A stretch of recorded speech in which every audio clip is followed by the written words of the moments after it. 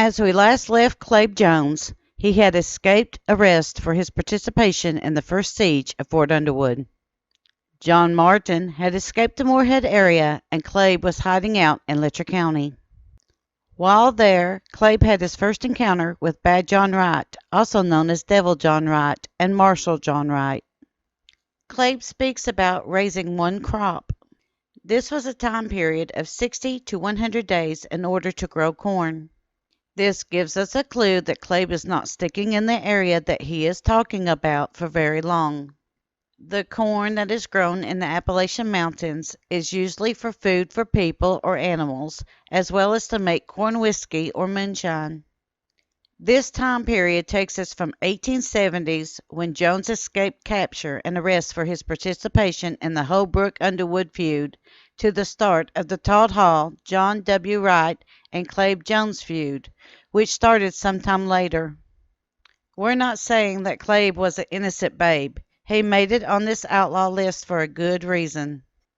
However, this is a relatively quiet time in his life, even though he does get into trouble with his landlords, women, and others. All aboard the Kentucky-Tennessee Living Time Machine. Please fasten your seatbelts and keep your arms and legs inside of the vehicle at all times. But to get going, we need your help. We still need to fire up the time machine to transport us. Please help us by clicking on the like, subscribe, and bell notification buttons down below. Not only does this fire up the time machine, but it convinces YouTube that we need a bigger time machine to reach more people who love history as much as you do. Now, back to our story. Moving onward. After Wright had prevented the arrest of Claib, Jones felt that it was high time to leave Letcher County. Jones took his family to the Osborne farm and stayed long enough to produce one crop. Jones talks about how Osborne was a high stepper. That means someone who loves to seek unrestrained pleasure in life. Jones says that they got along great together and had many sprees. A spree is a bout or spell of drinking to intoxication. Even though Osborne and Jones got along well together, Jones felt that he should not stay in one place too long at that time. Woman trouble. After the planting season was over, Jones moved on to Caney Fork, a Beaver, to rent a farm. While he was there, the sheriff of Floyd County, Bill Hall, paid Jones to keep Hall's mistress, whose last name was Moore, away from him and his family, as she had been causing a lot of trouble in his marriage. Jones took her in and started courting her. The sheriff came back to see his mistress one more time, but she told him to get gone from her and not to come back, as she had chosen to be with Claib. Jones then met a second beautiful girl, he calls her a speckled pup, by the name of Justice, who moved in with him during the same time. However, both girls did not get along and did not like sharing the affections of Jones. They would get into a lot of fistfights and bouts of hair-pulling over him. They would fight so often that he would call one Joe and the other Big Bill. Finally, Claib had enough and told both of them to take it outside and fight it out. Claib wanted to have both ladies live with him as his women, but the girls wanted him to decide which one that he wanted to be with the most. At last, all decided that they could not agree on the living arrangement, and so the two girls left. Moving around some more. Claib decided it would be for the best if he went west. So, he sold everything he had and moved to Wichita, Kansas for a spell with his mother. He did not stay there very long because his mother became gravely ill. On his way back to Floyd County with his mother, he made it to Colton, Kentucky, where she died. It was a very sad moment for Claib, as he laid to rest the best friend he ever had. After that, Claib once again went back to Carter County to raise a crop on a piece of land that he rented from Mr. Sizemore on Turkey Creek. However, Mr. Sizemore was not fair in his dealings with Claib. After Sizemore had harvested his own crop, he set his cows loose in Claib Jones's section of the farmland without giving Claib any notice. This action made Jones mad, as they were eating his corn that he had planted. Claib walked out of his house, went out into the field, and killed 3 cattle over the matter. Then sent word to Sizemore that he had beef that needed to be taken care of. Needless to say, Claib had left the farm after this conflict. Still on the run. After the conflict with Sizemore, Claib went eastward to West Virginia. His companions were John and Harry Fultz. On the way there, they found an abandoned cabin by the river at Sewell, West Virginia. It looked like it had not been lived in for some time, so the men decided that it would make a good shelter on their journey. Later that evening, Jones heard a pack of dogs chasing a deer.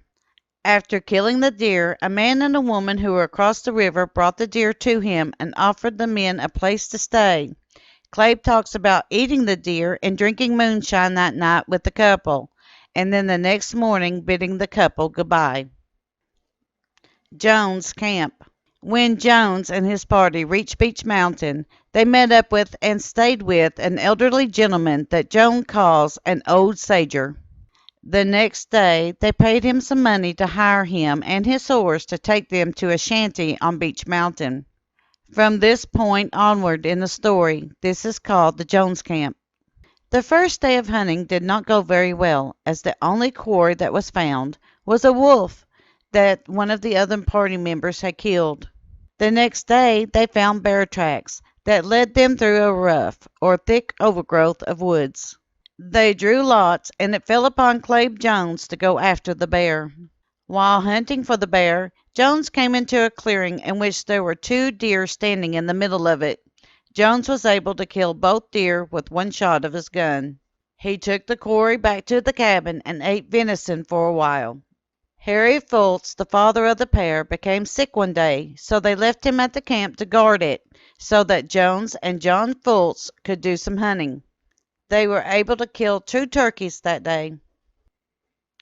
Dog trouble. After spending a few days at the Jones camp, John Fultz and Jones made their way to the Falls of the Kanawha. While on Cherry River, the pair of men met a man on a wagon who had 2 hound dogs for sale. Jones bought the dogs and went on his way with them. Before he was able to reach the falls, a man met him on the way and told Jones that they were his dogs. The dogs acted familiar with the man. Jones told the man to repay him his money and he could have the dogs back. An argument broke out and Jones threatened to shoot the man if he didn't back down. The man took him at his word and backed down. Jones told the man that if he told the owner to pay him back his money, that the dogs would be returned. After missing a meeting time, Jones took the dogs back home with him by train. The owner of the dogs did reach him and paid him back his money, and Claib gave back the dogs without a fight. This ends the quiet period of Claib Jones' life. We will begin with the trouble between Hall, Jones, and Wright with the attempted arrest of a young man by the name of Fultz, who was staying at the Jones Fort for protection.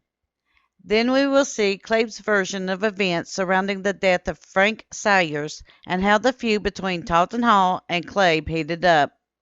We will also look at this feud from the perspective of the newspapers at the time and what was reported about this war in what is now Jenkins, Kentucky.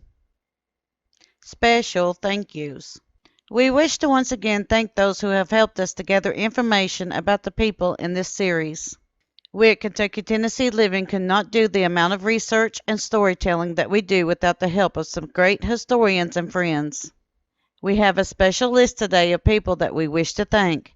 A special thank you goes out to Anthony Blair and Vicki McPeaks Tackett. Another very special thank you to Charlotte Hicks Caudle for her help about the Jones family. Thank you. We at Kentucky, Tennessee Living would like to thank you for watching our video series on the Appalachian Outlaws. Don't forget to hit that like button, as the more likes we receive, the more likely YouTube is to suggest our videos to other viewers. Also, to receive notice when we upload a new video, be sure to subscribe and click the bell notification button. We thank you for continuing to support Kentucky, Tennessee Living as we are discovering the mysteries of Appalachian history.